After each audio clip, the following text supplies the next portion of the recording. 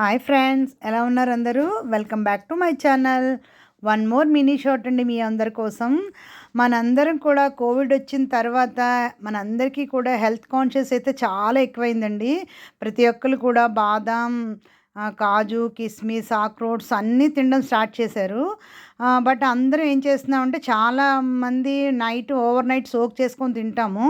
So అవి చిన్నపిల్లలు తినడానికైతే ఇష్టపడరండి. So అలా కాకుండా కూడా వాళ్ళకి హెల్తీగా ఉండడానికి కూడా వేరేలా కూడా మనం వాళ్ళకి పెట్టొచ్చనమాట.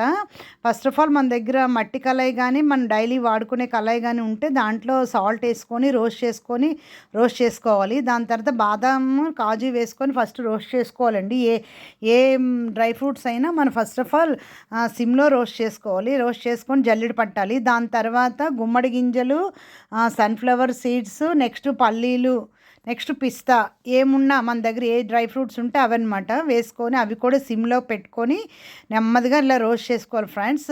మరీ హైలో పెట్టేసామనుకోండి ఈ పల్లీలు అవన్నీ మాడిపోయి పచ్చి పచ్చిగా ఉంటాయి. పైకి మాత్రం తొక్క నల్లగా ఉంటుంది, అవి మాత్రం పచ్చి పచ్చిగా ఉంటాయండి. సో సిమ్లో పెట్టుకొని మనం రోస్ట్ చేసుకోవాలి. రోస్ట్ చేసుకున్న తర్వాత జల్లెడ పట్టుకొని ఒక ఎయిర్ కంటైనర్ డబ్బాలో వేసుకున్నాం అనుకోండి, మన ఈవినింగ్ టీ తాగినప్పుడు స్నాక్స్ కింద పనికొస్తాయి ఫ్రెండ్స్. పిల్లలకి స్కూల్కి కూడా స్నాక్స్ కింద పనికొస్తాయి.